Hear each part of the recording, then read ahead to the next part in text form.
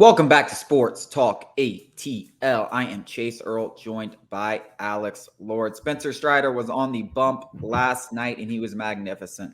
He kind of had his get-right game against the Phillies. He did give up 8 hits, but when the moment was the biggest, he came up with the big pitches. He's dominated Philadelphia. That was his get-right game. We saw the velocity increase. The velocity was the highest it has been all season last year, 97.6 miles per hour on average on his fastball, which ties his highest mark of the season. So for the velocity nuts out there, they've got to be satisfied. He had a ton of pitches over 99 miles per hour.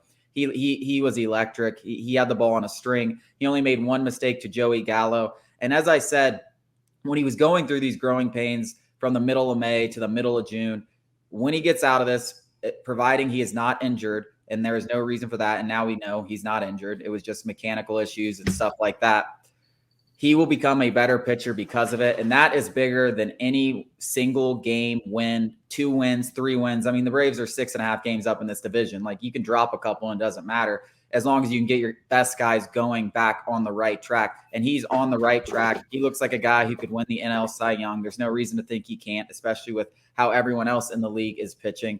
And it's just great to have the Spencer Strider we know and love. I know for 13 months he didn't make a single mistake, it seemed like. But that was never going to be the case for his entire career. Every pitcher, even Jacob deGrom, goes through growing pains. We saw it with Spencer Strider. He came out the other side. He's not injured. All Braves fans have to be relieved and happy with how he's looked, especially last night and over his last 2 starts. Yeah, I think he was just too talented not to figure it out. And you said that. And the only worry was injury. It was never, is this the real Spencer Strider? No, that was never going to happen. He's just too talented of a pitcher. He's too obsessed with his craft as well. Not only does he possess this, flamethrower of an arm, he is obsessed with the process. He's obsessed with, honing his craft. And that's a big part of being a pitcher. And Alex Anthopoulos talks about Max Fried in this same light, where Max Fried doesn't need somebody else to push him. He's pushing himself. Every offseason, he goes back to California or wherever he goes in the offseason, and he hones his craft. He gets a little better at one thing. And Spencer Strider is a lot like that. We should not be surprised next offseason or even the following offseason. He comes back with that changeup and he's throwing it very regularly, or even, develops a 4th offering. That wouldn't surprise me one bit. And though he doesn't need it, it's just the kind of person and player he is. Yeah, I mean, I want to talk about that changeup for a second because I think I told you this yesterday, and I've said it many times on Twitter. That changeup is a nasty pitch. Like, people talk about Spencer Strider only having 2 offerings, and it's because he only throws his changeup to lefties. And I'm waiting for the moment where he develops a 3rd offering, whether it's that changeup to throw to righties, figures out how to throw it to righties, or whether it's a different offering that he throws to righties outside of the fastball slider. And listen, he might not even need it. I mean, he's that dominant with his fastball slider combination, especially to right-handed batters, that he might not even need it. But that changeup, he throws to lefties. I can't remember it ever being hard. And I remember checking his stats on that changeup. Batters are hitting like 100 against it. Like, it's more effective. I know he only throws it to one side to lefties, but it's more effective than any of his other offerings. Like, it is a legitimate threat to left-handed batters, and we're seeing him use it more and more often. So for people who have been begging him to develop a 3rd offering, he has that 3rd offering against lefties. And listen, he's a right-handed pitcher, so he might only need 2 against righties, and then he has that 3rd that he can lean on heavily. He's starting to lean on it more and more heavily. I mean, I don't know how many times he threw it last night, but he threw it at least a couple times. He threw it 2 times in a row, and both times it either gets a call strike or the guy's way out in front of it. It's very, very, very effective. So he has 3 offerings to left-handed batters, and he might only need 2 against right-handed batters, but he looks unbelievable. And let's talk about the other guys in this game. Ronald Acuna hits another homer. He's 17th of the year. He's now I saw the Luis Arias, the MLB MVP odds, someone being like, he's hitting 400. How is he 20-1 to win the MVP? Dude, he's hitting singles. He's hitting singles, and he's not stealing 40 bags, and he doesn't play elite defense. Like, Ronald Acuna does it all. He's unbelievable. He should win the NL MVP. He's well on his way to winning the NL MVP. He came up with a huge 2-run shot. Marcell Ozuna, can't talk enough about this guy. It's just like the same. It seems like it's the same characters every night, but then you're like, it's the whole lineup every night. Michael Harris goes 3 for 3. He looks like an all-star game. And listen, I know it's funny, and we kind of joked about how Michael Harris, let's get him in the all-star game. And he very might end up being a starter in the all-star game, even though he doesn't deserve it. But the All-Star game being in the middle of the season is kind of stupid in itself. Like, you're only getting an All-Star appearance for what you did in the first half. It doesn't matter if you fall flat on your face the second half. I guarantee you, we look at the end of the year, Michael Harris is going to deserve that All-Star spot in the outfield. He's going to deserve one of those. Yeah, let me give you a few stats. He's batting .435 over the past 3 weeks, talking about Michael Harris, lifting his season average from 163 on June 6th to 260 in a span of 18 games. That's courtesy of Grant McCauley. I got another one. He went 3 for 3 yesterday. It's his third time going 3 for 3 or better in the last 12 games. In the modern era, the only MLB player 22 years or younger to do that 3 times in a span of a dozen games is Ted Williams. This is unbelievable. I mean, this is the kid. He's a superstar phenom. I know he struggled, and we could chalk that up to these kids are going to run into. I mean, listen, these kids are going to run into speed bumps, and he was hurt. Michael Harris is a superstar. There's only about one guy that was on this Braves team that's filled with stars that hasn't experienced a lengthy slump, and that's Ronald Acuna. Outside of his injured year last year, which I don't really count.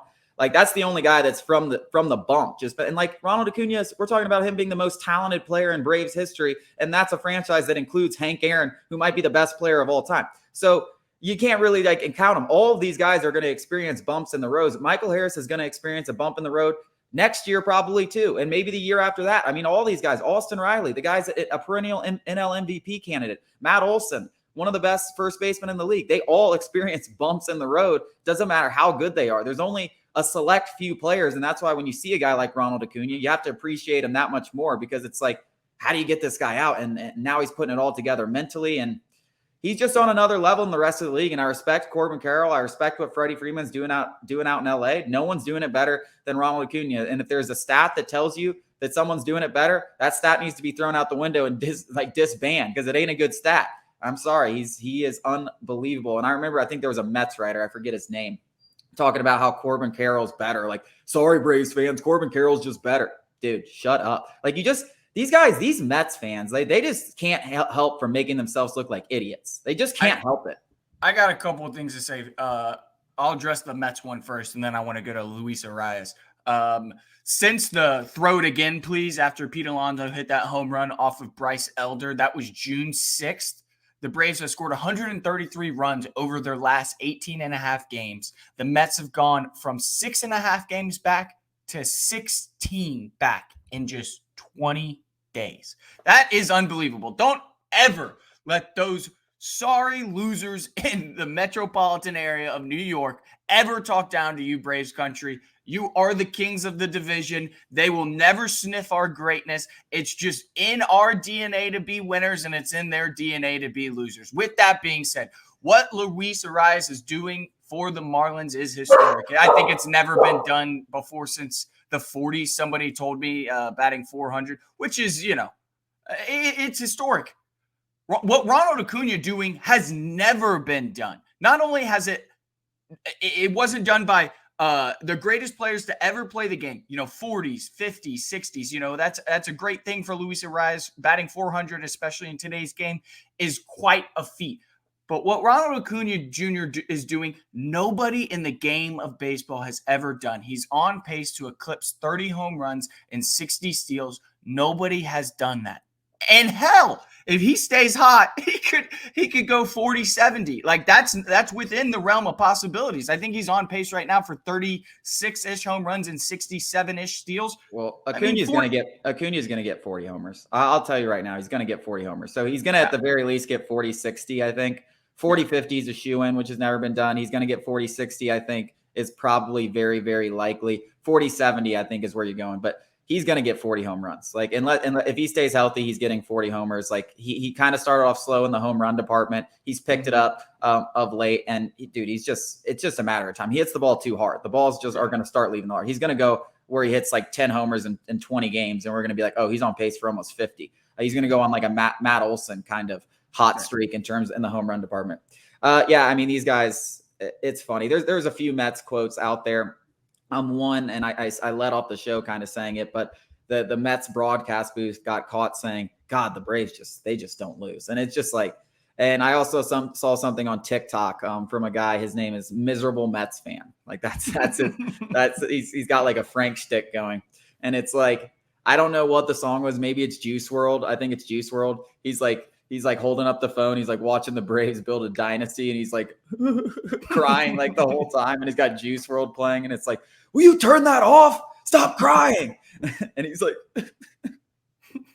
it's funny stuff because if you're a real Mets fan, you should just be pissed off at your ownership and your GM and all of that stuff because they made stupid move after stupid move. And I said it since the beginning of the season that it's not sustainable with Justin Verlander and Max Scherzer at 40 years old. Spending $100 million on that guy doesn't make sense. They still didn't address their lineup needs like they should have. It blows my mind. They spent all this money on pitching, and they had one of the most feeble lineups, particularly in big games. And you can see it. You know, we talk about the Braves having no holes. They have holes all over their lineup. And did you really think Jeff McNeil was going to do what he did last year? Francisco Lindor has not been worth the money. You spent $330 million on him. Like, they have just made bad decisions. Like, yes, you have a $350 million payroll. If you gave me $350 million, Alex, I guarantee you I'd make a better roster. I guarantee you, like, there are holes all over. I don't know how you have so many holes on your roster. And they have some pretty good prospects and brought up some pretty good young guys. Like, they just don't know how to run a baseball club. Like, Billy What's Epler is crazy? an idiot. The craziest part is mad at that. They shouldn't be mad at Braves fans. Yeah, they're just projecting. Yeah, they're just projecting. Be mad at your ownership. That's why I appreciate Frank and I appreciate Miserable Mets Fan on Twitter because you're blaming the wrong people. You just don't have the right people in charge. You should be at the gates of Citi Field saying, fire these people. Fire these people. Coming up, we got to stop. Coming up after the break, we're going to talk LSU baseball and that College World Series championship.